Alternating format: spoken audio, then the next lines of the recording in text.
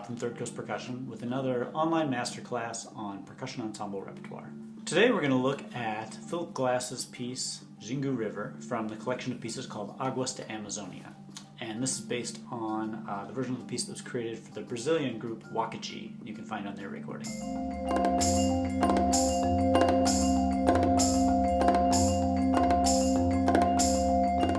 There are four important elements that the ensemble needs to address in the performance of this piece to make the music really come to life: timbre, balance, dynamic shaping, and ensemble playing. These are part of the performer's work in any ensemble piece, but I think the stakes are really raised in a piece like this that's based on repetition of musical material. Attention to specific instrumental colors will do a lot for this piece. First, I should mention that you can consider subbing in some different sounds if you don't have some of the specific instruments available that are called for in the score.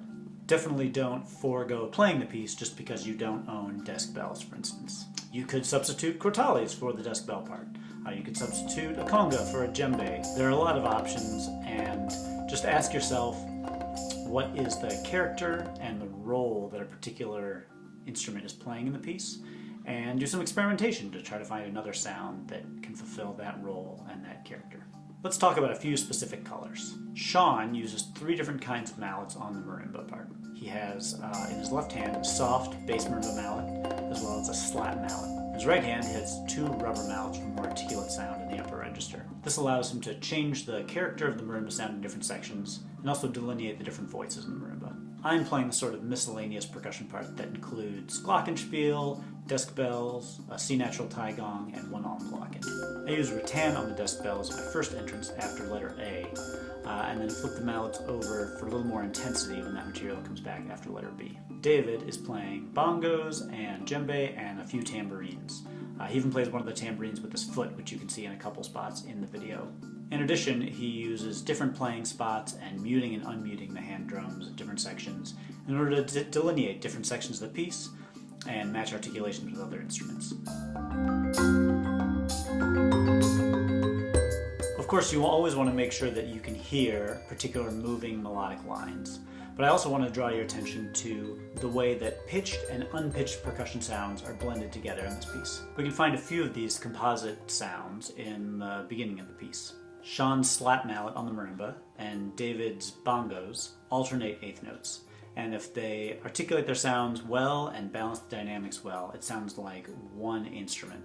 When Peter comes in a few bars later, he plays the melody on the vibraphone, but each time that he plays that figure, he plays it once on just the vibraphone, and the second time adds the tambourine into the vibraphone sound.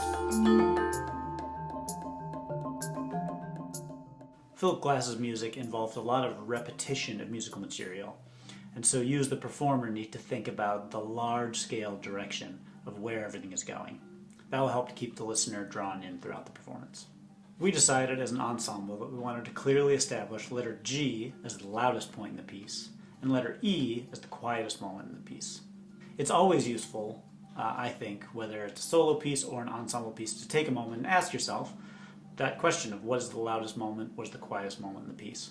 It can give you a great reference point by which to determine your overall dynamic direction throughout and the arc of the full piece. You can then communicate these decisions to the audience, not just through dynamic choices, but also through timbral choices. For instance, at letter E, our quietest moment, I mute the Glocken with one hand while playing with the other, and Sean plays dead strokes on the marimba. This helps us get not just a very quiet sound, but a sound with a very special and particular character to mark that moment in the piece. All these subtler choices will help the music come to life, but they have to be applied over a tight, energized ensemble. Keep your ears open, especially when your part gets more technically challenging, and know who you're following for the time at any given moment. One spot in particular that we need to focus on in Third Coast every time we play the piece is letter D. There's a big shift in the music here, and the time can be a little bit harder to feel. The ensemble follows me on the glockenspiel part here for the time, so I play my part out just a little bit, and I keep my phrasing a little more flat for the first two repetitions of this section.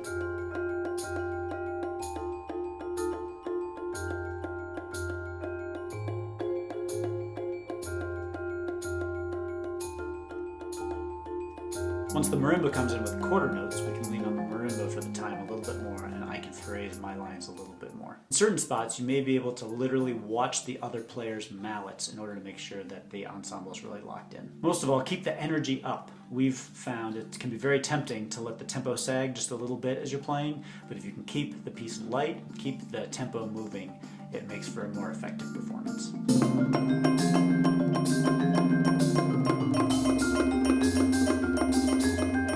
You can watch our full video of the piece by clicking on the link below. Also, be sure to like, subscribe, and click the little bell for notifications about more Third Coast online content.